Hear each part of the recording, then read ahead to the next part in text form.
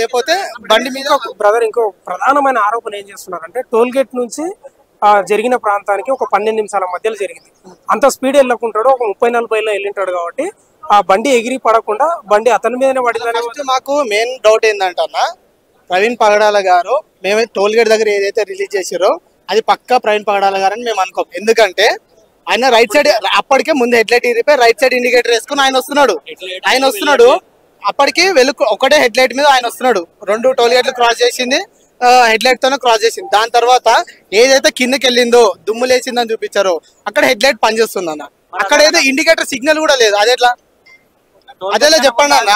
మీరు అన్నారు కదా అక్కడ హెడ్ లైట్ పగిలిపోయింది, ఇక్కడ టోల్ గేట్ ఇండికేటర్ వేసిర్రు, మొత్తం ఆయన ఇండికేటర్ వేసుకుంటూనే వస్తున్నాడు. అలాంటప్పుడు ఇక్కడ రాగానే ఇండికేటర్ ఎట్లా అయిపోయింది, హెడ్ లైట్ ఎట్లా అప్పటికప్పుడు ఫిట్ చేసుకుంటారు? హెడ్ లైట్ ఏమైనా పక్క బండాపి కాదు కదా అన్న, ఈ పక్క హత్యనే. ఆయన మాకు తెలిసి మేమందరం అనుకుంటుంది ఏంటంటే ఎక్కడో ఆయనను చంపేసి తీసుకొచ్చి అదే బట్టలు ఆయనకి వేసి అక్కడ పడుకోబెట్టారని మేము అనుకుంటున్నాం. అదిగా అన్న, బుల్లెట్ బండి ఎవడన్నా మీద పెట్టి అనుకుంటారు అన్న. మన జెన్యున్ అన్న, చిన్న పోరని కడినే చెప్తాడు, మన పిల్లోని కడినే చెప్తాడు ఆ బండి మోస్తాడు అని చెప్పి, మీద దుప్పటి కప్పుకున్నట్టు ఏంటన్నా చాలా దారుణంగా. పోలీసు వాళ్ళు ఇప్పుడు కూడా దాన్ని మభ్యపరచడానికే చూస్తున్నారు. సో పోలీసులు ఏంటంటే మాకు ఇంకా అంటే ఈ రోజు ఏదైతే ఫినర్ ఉందో అయిపోయే లోపల మాకు పక్క పోస్ట్ మార్టం రిపోర్ట్ రావాలని మేము కోరుకుంటున్నాము.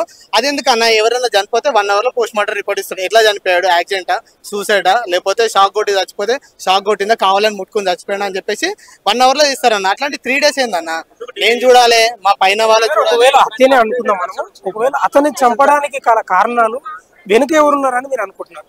అన్న ఫోన్ ఇయ్యనా, అందరికి ప్రూఫ్లు చూపిద్దాం అన్న. ఫోన్ ఇయ్యనా, డాగ్ స్క్వాడ్ ఏందన్న, చుట్టుముట్టు అది పెట్టలే అన్న. చూడండి అన్న, చిన్న తరణి బీజేపీ అన్న చూడండి, జెండా ఏముందన్న? బీజేపీ. మేమందరం కలిస్తే బీజేపీ గెలుస్తుందా? క్రైస్తవులు అందరం కలిస్తే బీజేపీ గెలుస్తుందా? ఇప్పుడు చెప్పండి, గెలుస్తుందా? ఈయన ఏమన్నాడు అన్న, బ్రతికన్నాళ్ళ ఇది చూడండి అన్న, బ్రతికన్నాళ్ళు అశాంతితో రగిలిపోయిన అతడు ఆత్మకు ఆయన శాంతి కలగాలని కోరుకుంటున్నాను. నెక్స్ట్ పాస్టర్ అజయ్ గారు. సరే అన్న, పెట్టిరు కదా, మీకు దమ్ముంటే ఎవరైతే పెట్టిర్రో బహిరంగ రండి, మీరు కొట్లాడదాం, మేము కొట్లాడదాం. అజయ్ అన్ననే, అది ఎవరు రారు, అజయ్ అన్న కూడా వస్తాడు, కొట్లాడదాం, చంపుకుందాం మానే. మీకు అదే కావాలి కదా, క్రైస్తవులను చంపాలి, చంపుకోవాలి, ఇదే కదా. గవర్నమెంట్ కూడా కావాల్సింది ఇదన్న. ఇప్పటిదాకా ఈ పోస్ట్ కి స్పందించలేదంటే ఏమనాలి గవర్నమెంట్? ఏమనంటే బెట్టింగ్ యాప్ వాళ్ళని వీళ్ళని అరెస్ట్ చేస్తారు కదా. ఇట్లాంటి పోస్టులు పెట్టిన వాళ్ళని ఎందుకు అరెస్ట్ చేస్తలేరు? ఒకళ్ళేమో మైక్ లో మాట్లాడతారు అనమాట, 80% ఏమో హైందవులు ఉన్నారంటే, 20% ఏమో దళితులు, అంటరాని వాళ్ళంట. అంటరాని వాళ్ళు ఎవరన్నా? ఏం మాట్లాడుతుందన్న? నెక్స్ట్ అజయ్ అని చెప్తున్నట్లు మనకు చూస్తే కనిపిస్తుంది.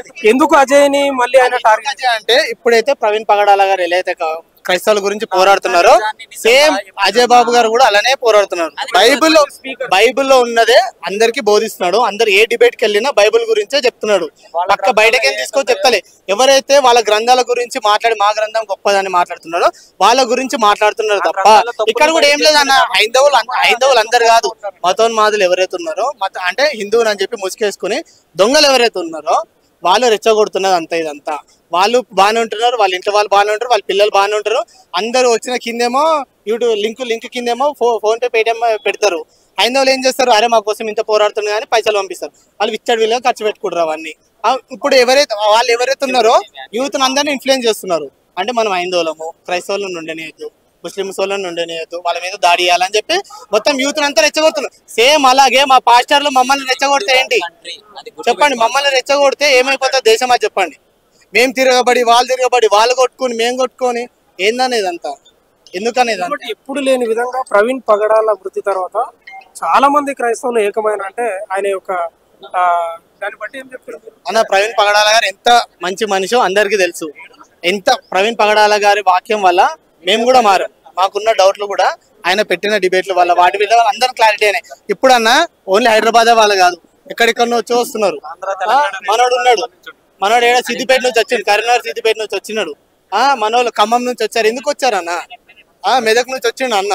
మేమంటే లోకల్ వాళ్ళమే కాదంటే లేదు, మెదక్ నుంచి వచ్చారు. నిన్న నైట్ అక్కడ రాజమండ్రి వాళ్ళు ఎవరు ఉంటారు వాళ్ళందరూ వచ్చారు. పెద్ద పెద్ద పాస్టర్లు వచ్చారు. ఎందుకు వస్తారు వీళ్ళందరూ? ఆయన మంచి కాబట్టి వస్తారు. ఆయనను చంపడం మాత్రం తప్పు. మాకు జస్టిస్ అనేది కావాలి. గవర్నమెంట్ ఇమీడియట్ యాక్షన్ తీసుకోవాలి. ఇక్కడ గవర్నమెంట్ అయినా అక్కడ గవర్నమెంట్ అయినా మీరు మాట్లాడుకుంటారో ఏం చేసుకుంటారో మాకు తెలియదు.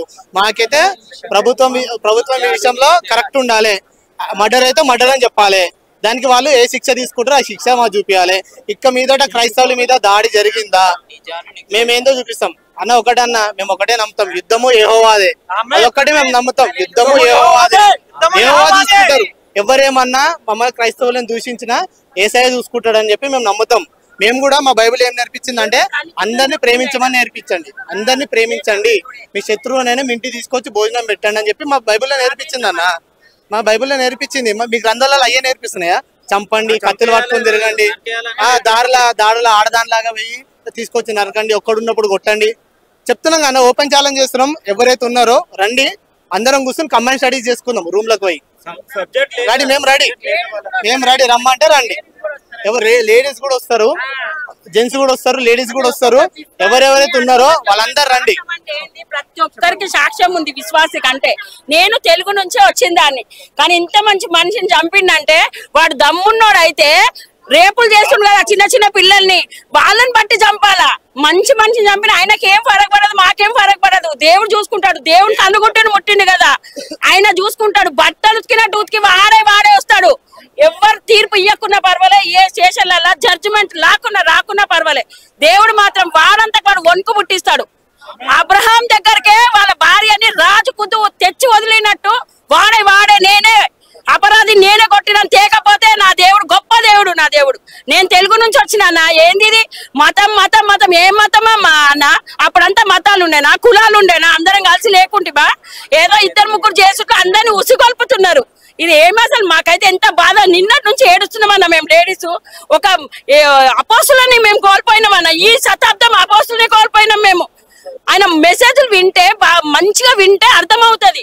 ఆయన ఏమి ఎప్పుడు ఏ రోజు తప్పుగా మాట్లాడి, అజయ్ బాబు కానీ ఈయన కానీ ఎవరైనా ప్రతి ఒక్కరు మాట్లాడి మీరు రెచ్చగొడితే వాళ్ళు మాట్లాడారు అంతే తప్ప వాళ్ళు సొంతంగా వచ్చి ఎవ్వరు మాట్లాడలేదు. నేను ప్రతి ఒక్క యూట్యూబ్ చూస్తాను, ప్రతి ఒక్కరు చూస్తాను. నేను తెలుగు నుంచి వచ్చిన దాన్ని తెలుసా. బోనాల పండుగకి నేను ఆడేదాన్ని అన్న. అటువంటి దాన్ని దేవుడు రక్షించుకున్నాడు. బైబిల్ చదివిన దాన్ని బట్టి నేను మారినా. ఎవరో వచ్చి నన్ను మారుస్తే నేను మారలేదు. తెలుగు, నేను ఫుల్ తెలుగు. మా అమ్మ ఆర్సి, మా నాన్న హిందూ, నాయుడ్స్ మా నాన్న. కానీ నేను చిన్నప్పుడు 7 years లో దేవుడు వచ్చేటోడు నాకు. అప్పటి నుంచి బోనాల పండుగ కానీ అదని ఇదని ఆడేదాన్ని. కానీ ఎవరు ఏ రోజు సుఖపడలే నేను. కానీ దేవుడు బైబిల్ చదువుట్లో నేను మారిన. ఎవరు వచ్చి నన్ను మారమంటే నేను మారలేదు. ఏం మార్పిడన్నా? ఎవరేమో అంత చూతే వాళ్ళు ఉన్నారా పబ్లిక్ అంతా? నువ్వు మారు, నా దేవుని దగ్గరికి రమ్మంటే రారు ఎవరు. ఇంత మంచి మనిషిని చంపినా ఆయన మాత్రం దేవుని దగ్గర సంతోషంగా ఉంటాడు.